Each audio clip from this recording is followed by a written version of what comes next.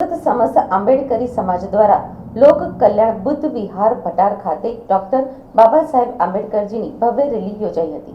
સમસ્ત ભારતભરમાં વિશ્વ વિભૂતિ મહામાનવ ડોક્ટર બાબા સાહેબ આંબેડકરજીની 133મી જન્મ જયંતિની ધામધૂમથી ઉજવણી કરવામાં આવે છે।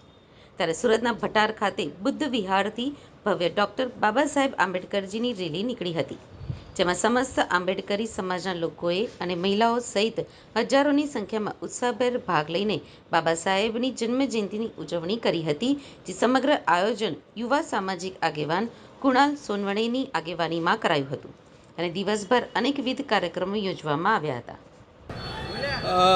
દર 14મી એપ્રિલે બાબા સાહેબનું જે જન્મોત્સવ છે એ ધૂમધામથી દુનિયાના 152 દેશોમાં મનાવવામાં આવે છે।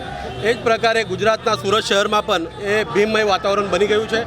આજે 133મી જન્મજયંતિ નિમિત્તે ભટારથી સંપૂર્ણ આંબેડકરી સમાજે એક બાઇક રેલીનું આયોજન કરીને બાબા સાહેબને અભિવાદન કરવા રિંગ રોડ જશે।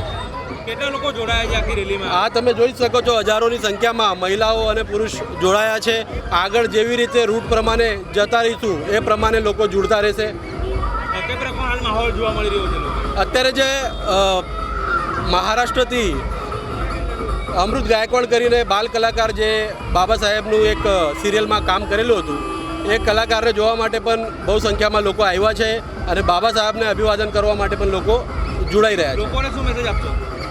મારો એક જ મેસેજ છે કે વ્યસન મુક્ત રહો અને સમાજનું જે પ્રગતિ થાય, પ્રગતિમાં સાથ સહયોગ કરો અને જે નિર્વ્યસની હોય એ સમાજમાં આગળ વધી શકે છે। જેને શિક્ષા ઉપર બાબા સાહેબે ધ્યાન આપવાનું કીધું, અમારા સમાજમાં અમુક લોકો શિક્ષા ઉપર ધ્યાન નથી આપતા અને બીજી બધી પ્રવૃત્તિઓમાં ધ્યાન આપે છે। જે દિવસે સંપૂર્ણ સમાજ શિક્ષા ઉપર ધ્યાન આપશે ત્યારે કોઈનો સહારાની લેવાની જરૂર પડશે નહીં।